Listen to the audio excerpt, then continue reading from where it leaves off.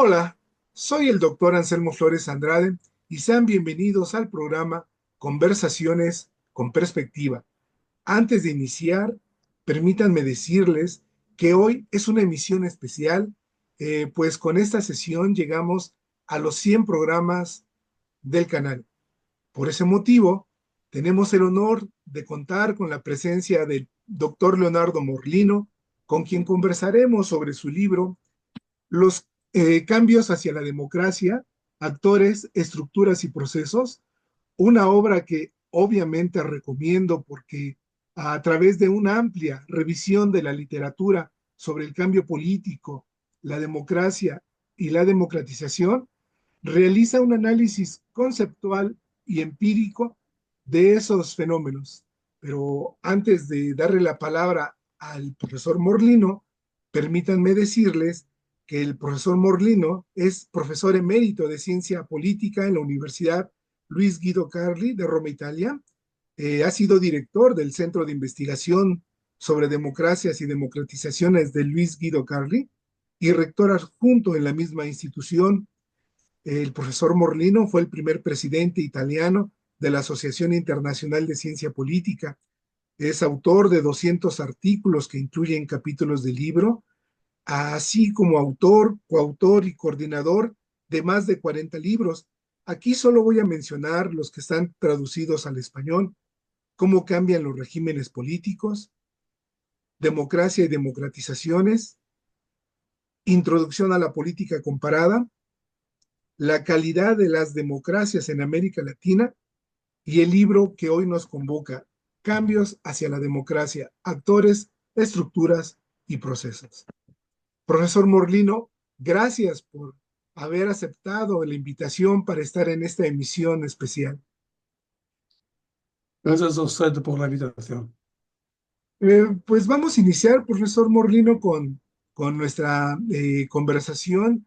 Y antes, bueno, antes de iniciar nuestro diálogo, debo de mencionar para el público que nos va a ver y escuchar que cada página de esta obra es muy rica en teoría y herramientas analíticas para analizar los macroprocesos y subprocesos que son objetos de estudio en este libro, por lo que debido al tiempo del que disponemos, aquí solo esbozaremos algunos aspectos fundamentales de la obra.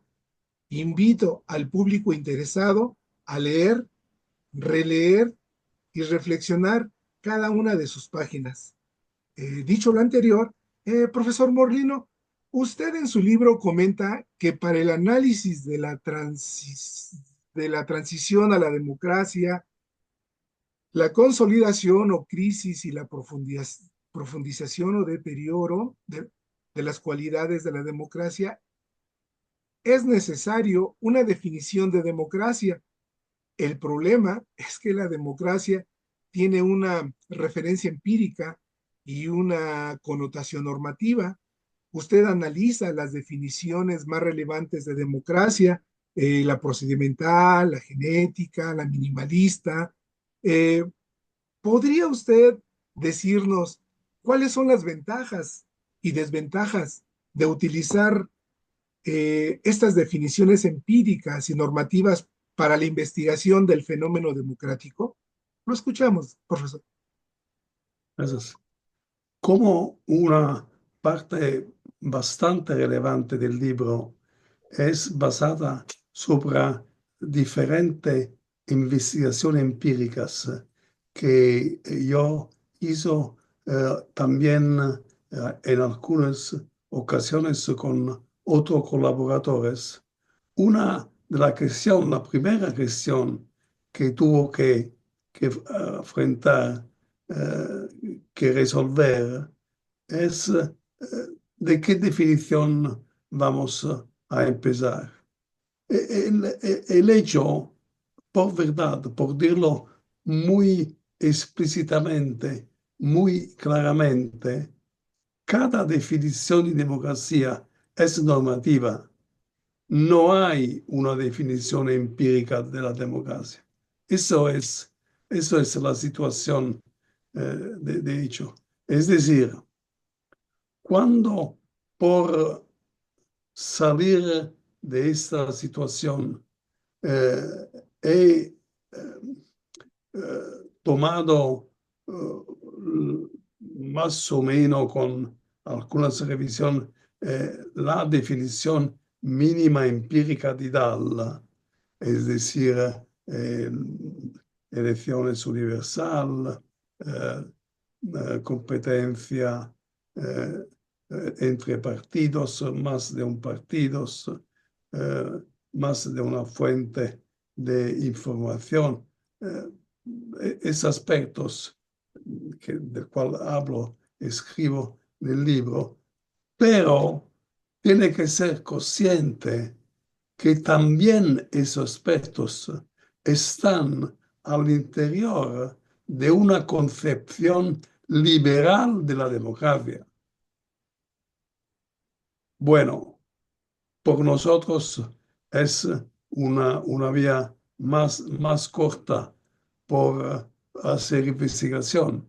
Es una vía necesaria por hacer investigación, pero todavía estamos al interior de una concepción liberal.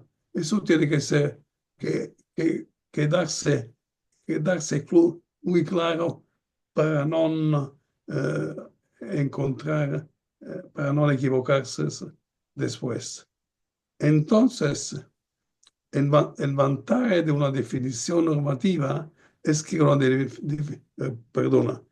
vantaggio di una definizione empirica, una definizione empirica mínima, como yo decía, es de hacer la investigación empírica. Si no tenemos indicadores, si no tenemos posibilidad de medir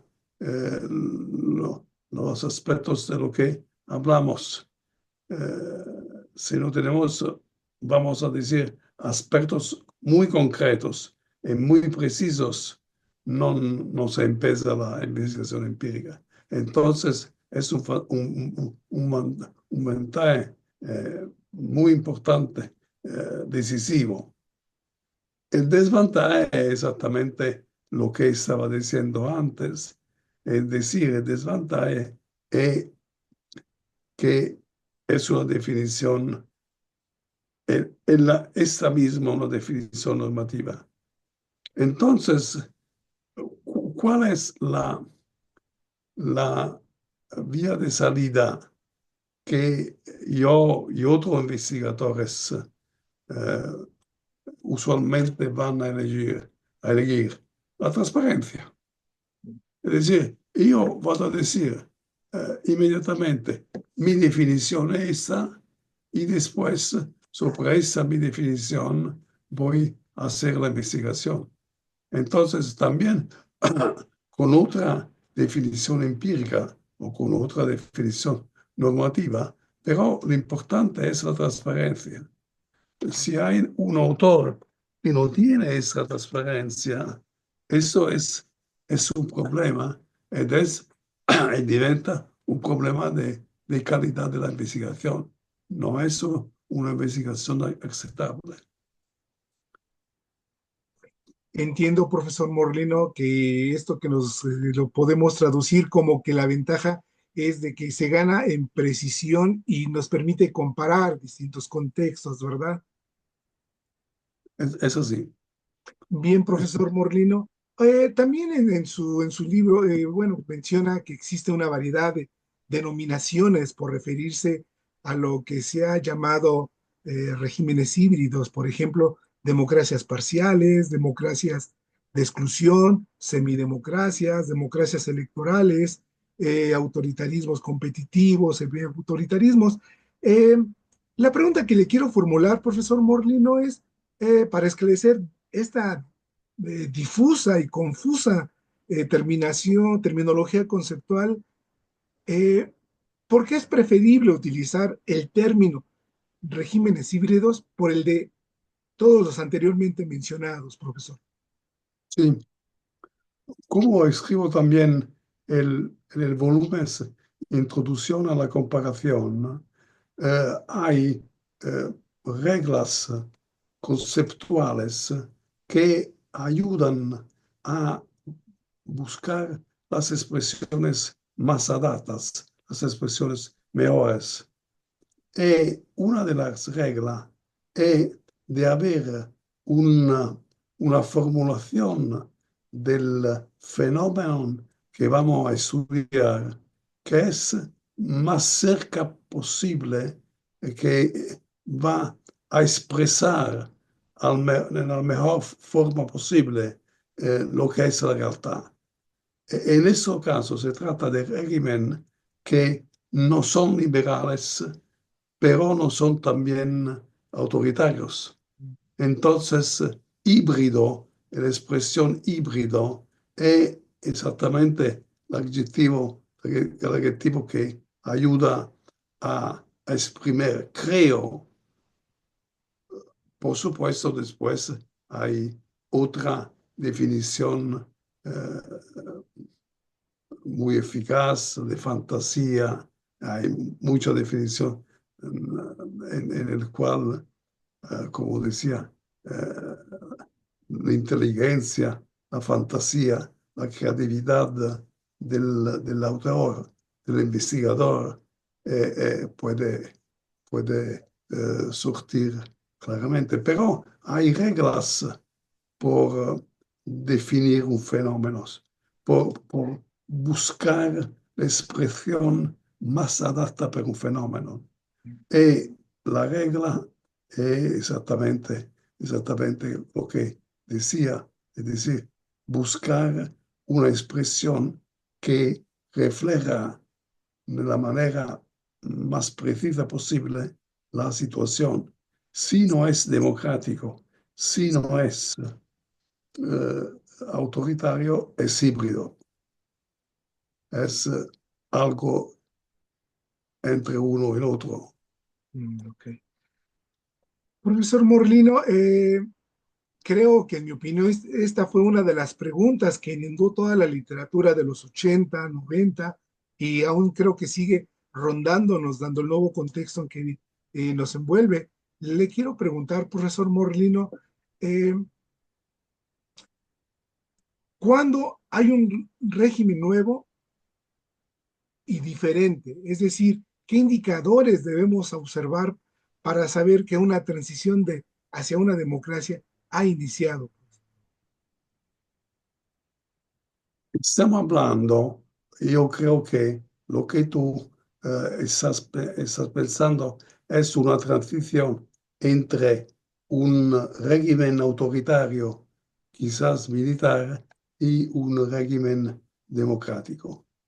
El punto de inflexión es la ruptura de la coalición del régimen autoritario.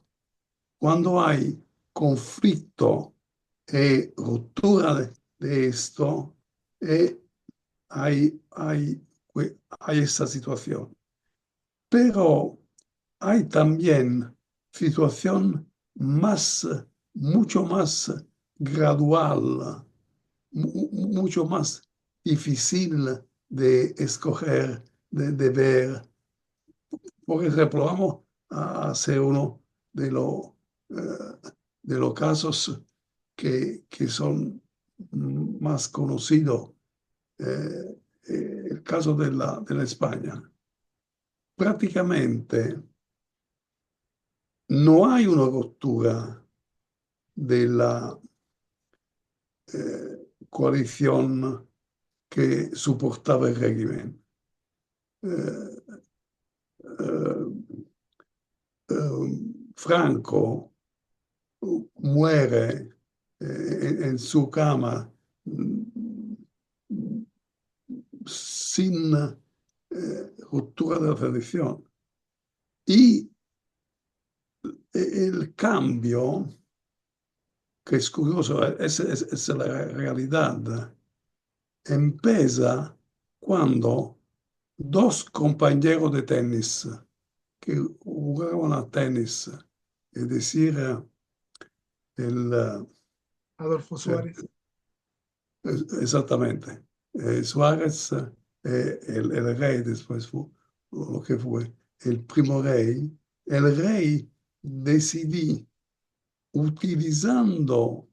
aprovechando de las mismas reglas decididas para Franco, de nominar Suárez. Suárez había sido presidente del partido y obviamente se pensaba todos a la continuidad. Ellos no pensaban a la continuidad. Entonces hay la posibilidad específica de una iniciativa de dos líderes que empiezan el cambio en una situación en la cual todo el soporte por el régimen obviamente ha lentamente desaparecido. Es fuerte la oposición, es fuerte la actividad de los partidos. El caso portugués, por ejemplo, el caso portugués es también interesante porque también en ese caso hay una evolución al interior del grupo dominante más que una verdadera ruptura. Y después los diferentes eventos llegan al cambio. Eso es interesante. Es diferente el caso en el cual se habla de lo contrario, es decir, de un cambio de régimen,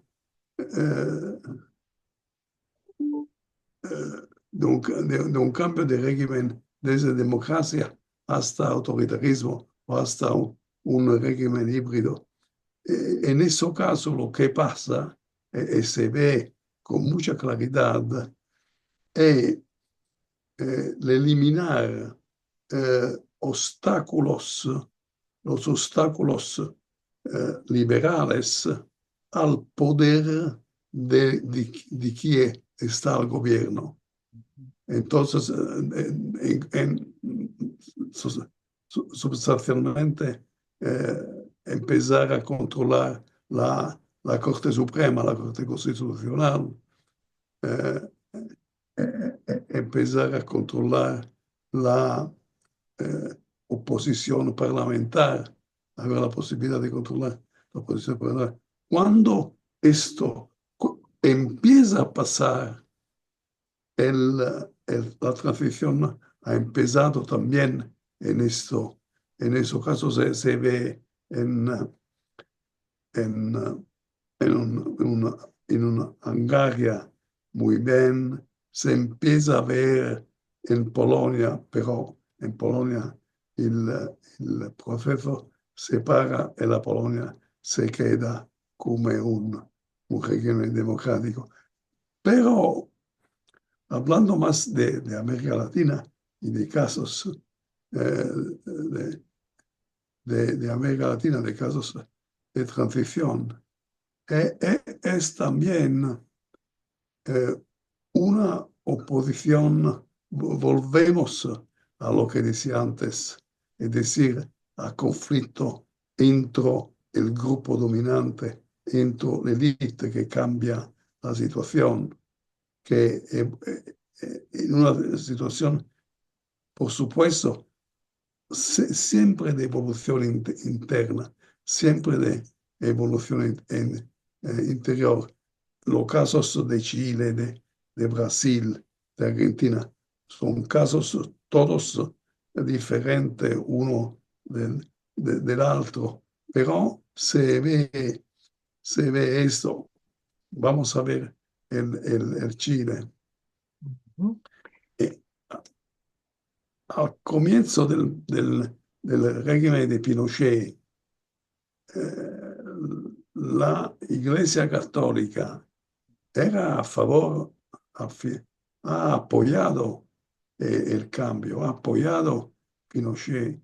Quizás usted se acuerda la misa que el cardenal Vázquez Enríquez celebró los primeros, el 6 de octubre del 73 para celebrar, appunto, para celebrar el cambio de régimen. Pero después, cuando yo tuve una experiencia para mí muy importante de ser un miembro de la comisión que ayudaba la oposición chilena por el cambio. Y me enteré personalmente de cómo la situación era cambiata.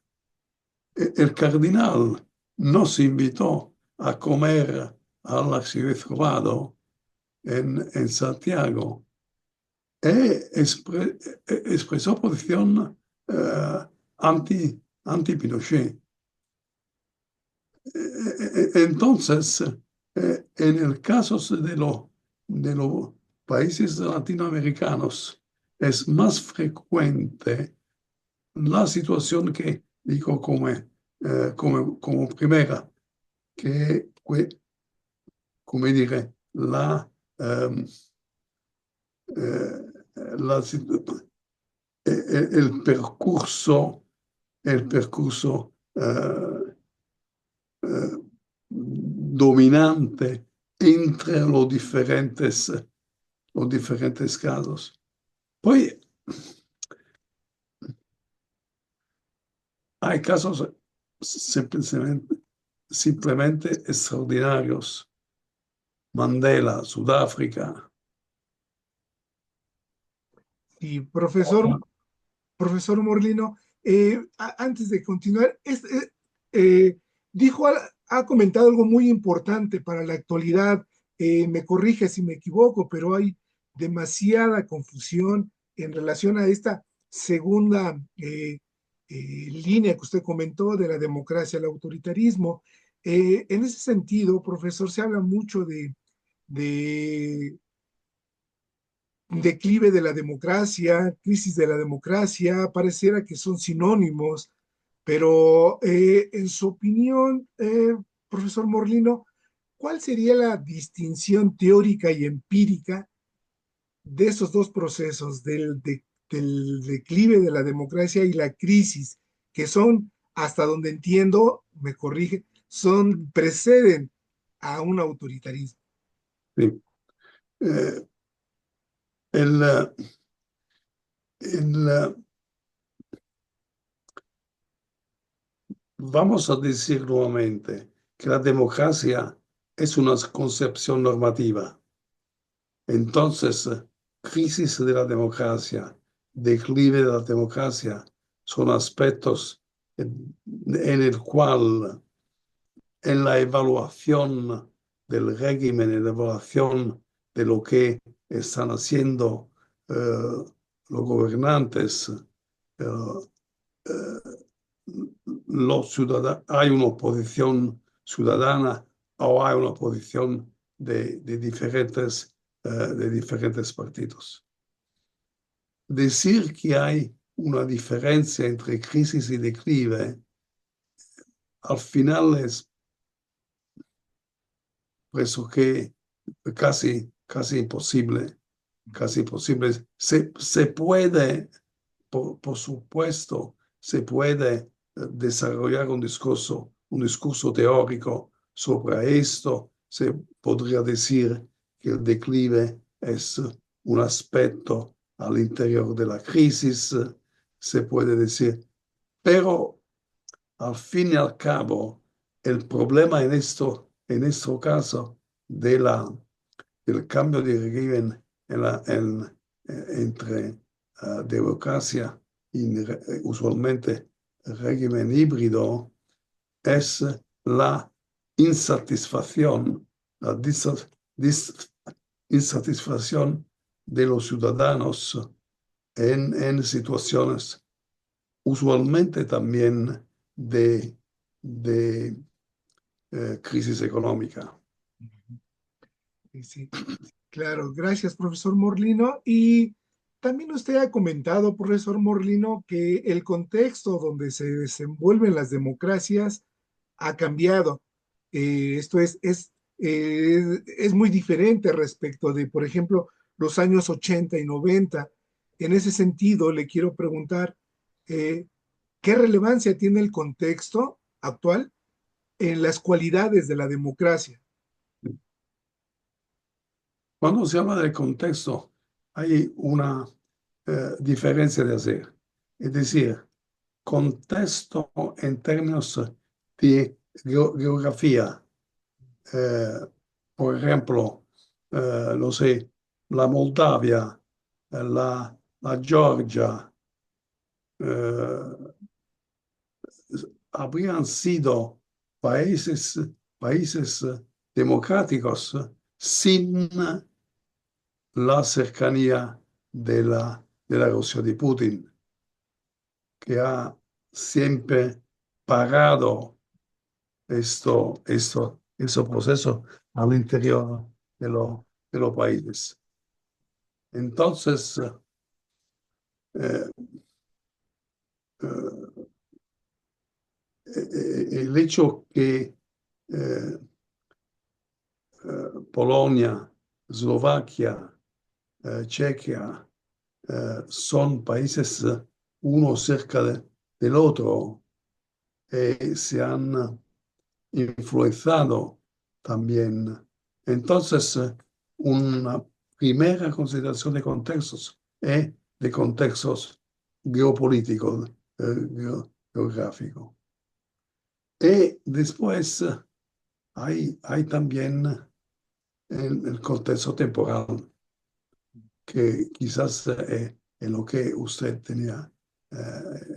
estaba pensando.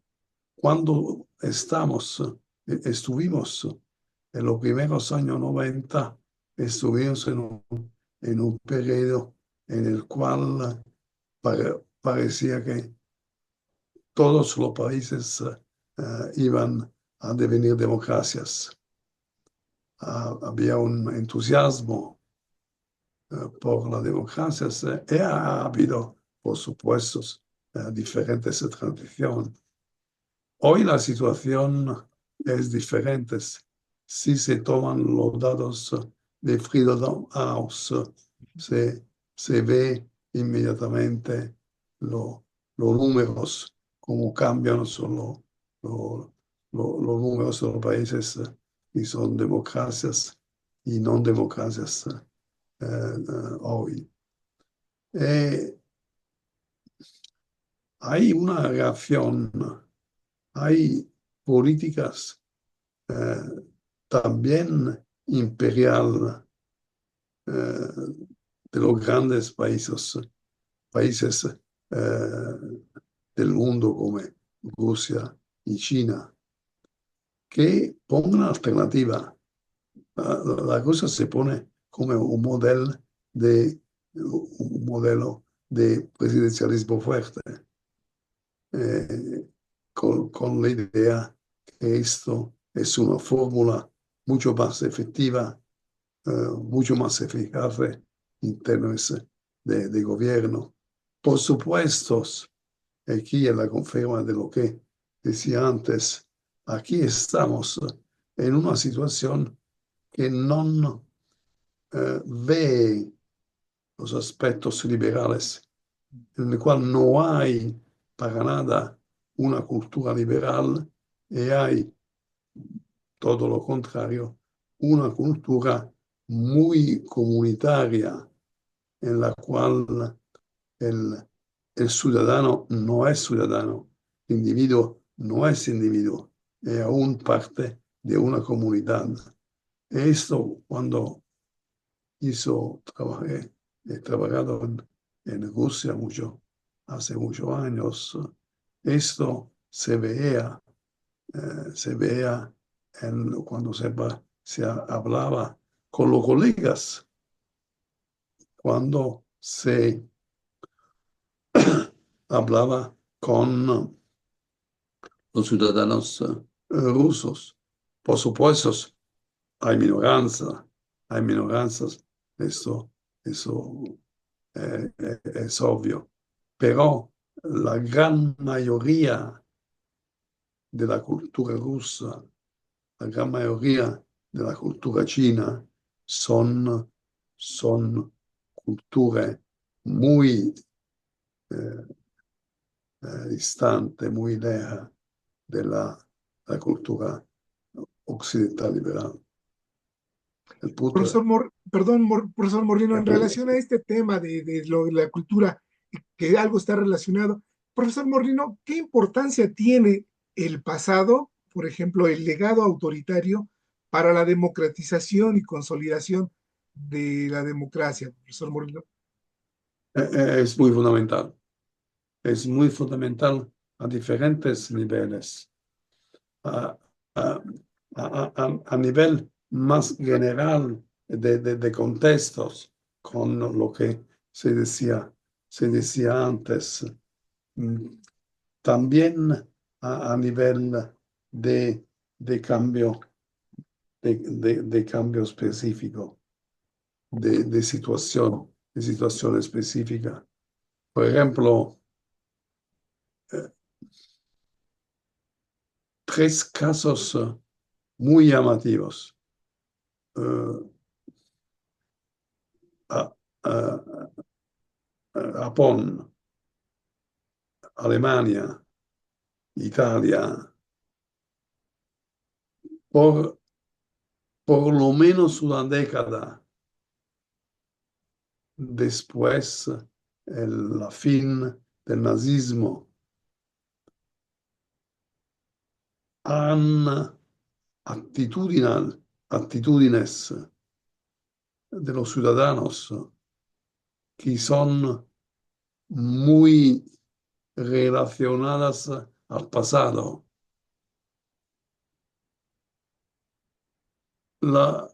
Cuando se habla del papel tal vez partidos de líderes, en esos tres países hay líderes que han soportado la democracia y han eh, eh, empujado los ciudadanos a acercarse a la democracia, lo que ha sido mucho más fácil en Alemania y en Italia, mucho menos fácil en Japón. Ujú. Para, para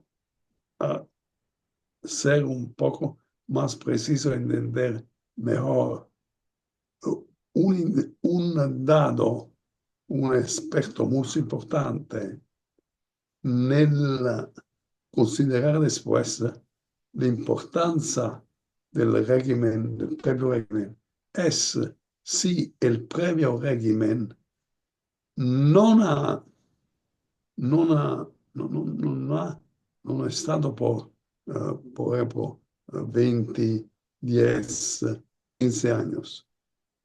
Pero si el previo régimen ha movilizado la población, ha tenido una ideología muy fuerte, ha, eh, ha tenido una estructura organizativa con partidos bastante desarrollados. Todo esto se queda en profundidad en la sociedad después de la transición, de la instauración democrática. Es decir, cuando se habla, se cambia el régimen. Tal vez se cambia simplemente la fachada, no se cambia el régimen.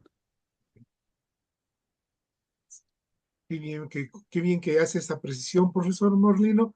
Y finalmente, eh, tenemos una gran variedad de democracias realmente existentes, profesor.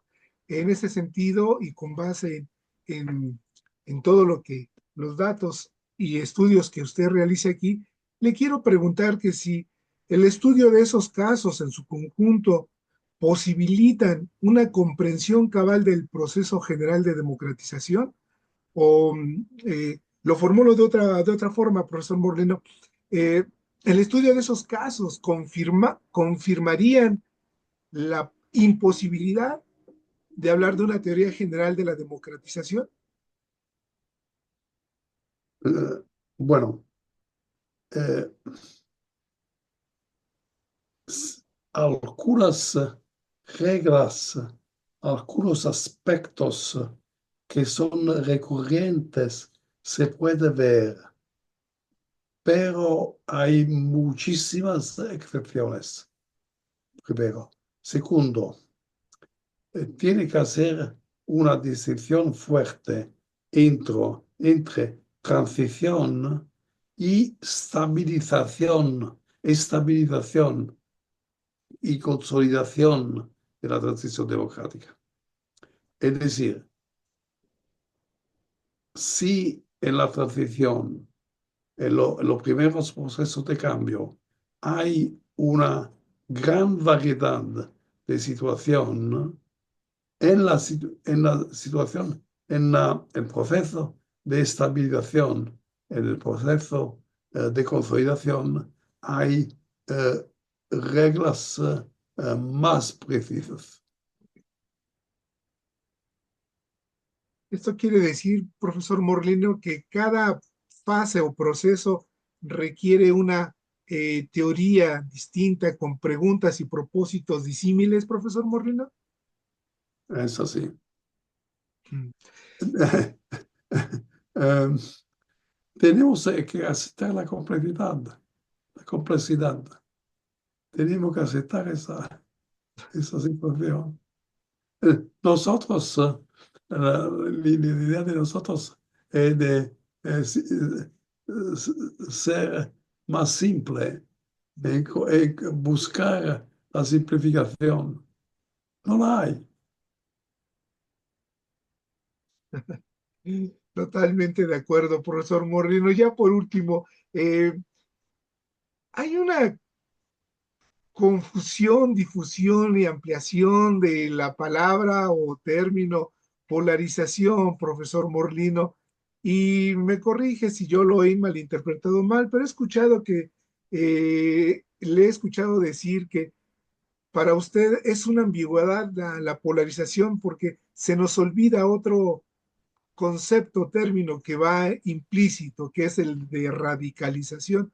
¿Podría ayudarme a entender este concepto y esta distinción, profesor Morlino? Sí. Hay una tradición norteamericana por la cual eh, polarización es también radicalización. Okay. Si se analiza un poco más en profundidad esto, se ve de pronto inmediatamente la diferencia. Por ejemplo, por muchos años, por muchas décadas, el Reino Unido es fuertemente polarizado, pero no es radicalizado. Hay dos partidos, dos grupos, eh, después hay detrás otros aspectos muy importantes, pero no hay radicalización entre conservadores y laboristas y socialistas, sí cree. Hay situaciones en la cual polarización y radicalización se suman. Lo que ha pasado, exactamente, se solapa. Lo que ha pasado en esos años en los Estados Unidos, lo que pasa en muchos países europeos hoy, lo que pasa muchísimo en América Latina hoy. Es decir, al final se sigue usando polarización como radicalización, por qué cuando hay esto hay un fenómeno políticamente muy, muy relevante. Relevante. Eso es. Gracias, profesor Morlino, por esclarecer esto y solo me resta decir, soy el doctor Anselmo Flores Andrade y fue un honor haber conversado con el doctor Leonardo Morlino, profesor emérito de la Universidad Guido Carli en Roma, Italia, y una vez más recomiendo ampliamente su libro Cambios hacia la democracia, actores, estructuras y procesos, un libro fascinante y estimulante para los interesados en el estudio de los procesos de cambio político y democratización. Además, es un libro que para mí es un ejemplo de cómo hacer política comparada y de cómo utilizar con rigor la metodología y la precisión conceptual. Gracias, profesor Morlino. Gracias por haberme hecho el honor de estar en esta emisión y hasta la próxima, profesor Morlino. Gracias a usted. Gracias a usted.